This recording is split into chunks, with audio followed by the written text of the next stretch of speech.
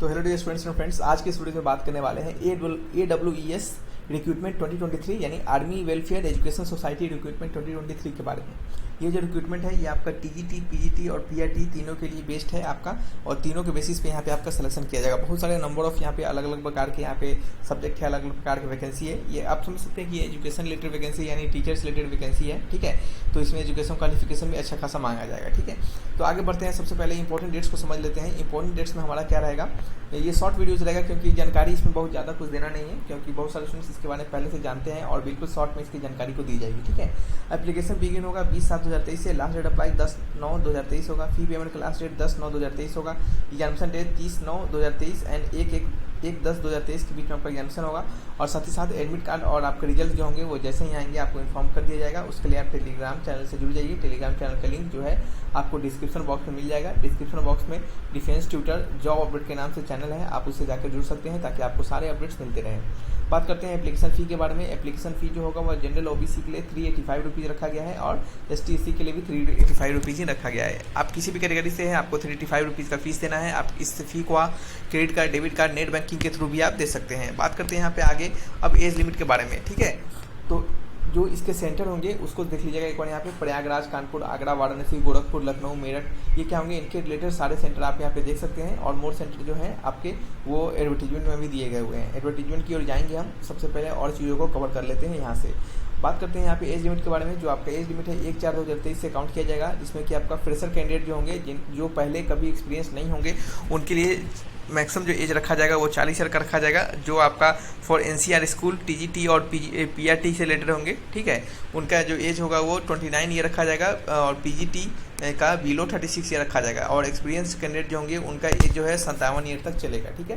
Age relaxation भी यहाँ पे आपको दिए जाएंगे जो कि गवर्नमेंट के रूल्स के अनुसार मिलते हैं। अब बात करते हैं यहाँ पे PGT के बारे में। जो पोस्ट ग्रेजुएट वाले होंगे टीचर, उनके बारे में, तो उनके लिए क्या क्या वैकेंसी है उसको देखिएगा। इसके लिए एलिजिबिलिटी क्राइटेरिया रखा गया है कि आपका पोस्ट ग्रेजुएट में आपका कम से कम 50% मार्क्स होना अनिवार्य है। 50% से कम मार्क्स होगा तो आप इसके लिए एलिजिबल नहीं होंगे, ठीक है। तो 50% से आपका मार्क्स ज़्यादा होना चाहिए, ये कंपलसरी है। चलिए आगे बात करते हैं यहाँ पे सब्जेक्ट कौन से हैं। जैसे इंग्लिश है, हिंदी है।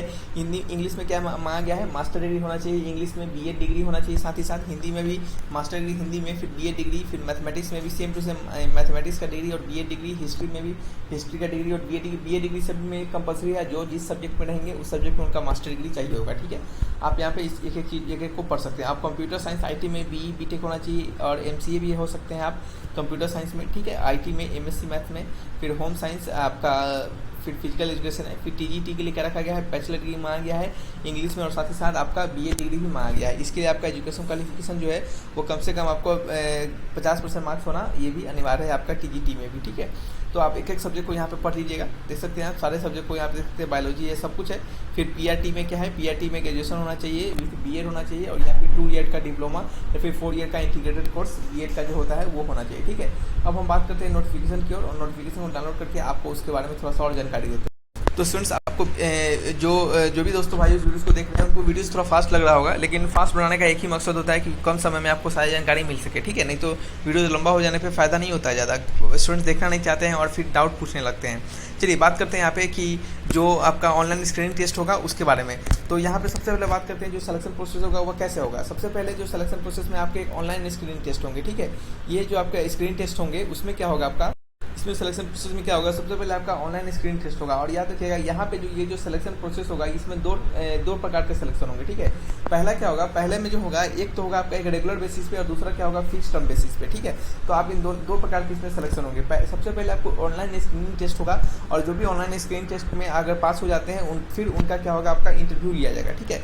इंटरव्यू में क्या होगा साथ ही साथ, ठीक है, इसके बाद क्या होगा, आपका इंटरव्यू होगा। और इंटरव्यू के बाद क्या होगा, जो लैंग्वेज वाले कैंडिडेट होंगे, ठीक है, यानी जिनका लैंग्वेज होगा जैसे कि इंग्लिश होगा, हिंदी होगा, और जो भी लैंग्वेज होगा उनको क्या होगा, एक अलग से भी टेस्ट देना पड़ेगा, जो कि क्या होगा, evaluation of teaching skill and computer proficiency, ठीक है। जिसमें कि for language teachers written test comprising essay comprehension 15 marks के ईच प्रत्येक होंगे, ठीक है, फॉर टीचिंग स्किल के लिए। और द सिलेक्शन कमेटी में ऑल्सो होल्ड उनका कंप्यूटर प्रोफिशिएंसी टेस्ट भी लिया जा सकता है, ठीक है। तो इसके आधार पर क्या होंगे, इसका सिलेक्शन होगा यहाँ पे। तो आपको शायद अच्छे से समझ में आया होगा सिलेक्शन क्या होगा। सबसे पहले आपका ऑनलाइन स्क्रीनिंग होगा, फिर आपका क्या होगा, इंटरव्यू होगा, और उसी के आधार पर क्या होंगे, आपका सिलेक्शन यहाँ पे किए जाएंगे। तो चलिए स्टूडेंट्स, आपको सारी जानकारी यहाँ पे शॉर्ट में मिला होगा, ठीक है।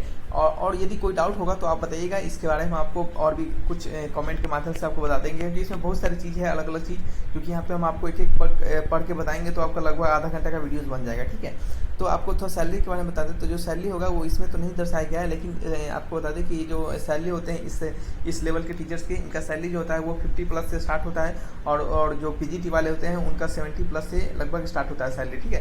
तो बहुत ही बेहतरीन लेवल का सैलरी होता है, और अच्छा सैलरी होता है। यहाँ पे ऐसा नहीं है कि आपको सैलरी सिर्फ मिलता है, उसके साथ बहुत ही ज़्यादा अलाउंस मिलते हैं आपको। स्टार्टिंग से ही सैलरी आपको बढ़िया लेवल का मिलता है, क्योंकि बहुत सारे टीचर जो आपके इस प्रकार से भर्ती होते हैं उनके बारे में अभी हम जानते भी हैं, क्योंकि उनसे बहुत सारे बात भी होते हैं, तो वो बताते हैं कि सैलरी अच्छा लेवल का उनको मिलता है, ठीक है। तो चलिए रखते हैं इस वीडियो को यहीं पे, मिलेंगे नेक्स्ट वीडियो में, और किसी प्रकार का डाउट हो तो आप कमेंट बॉक्स में लिखकर हमसे पूछ सकते हैं। Thanks for watching.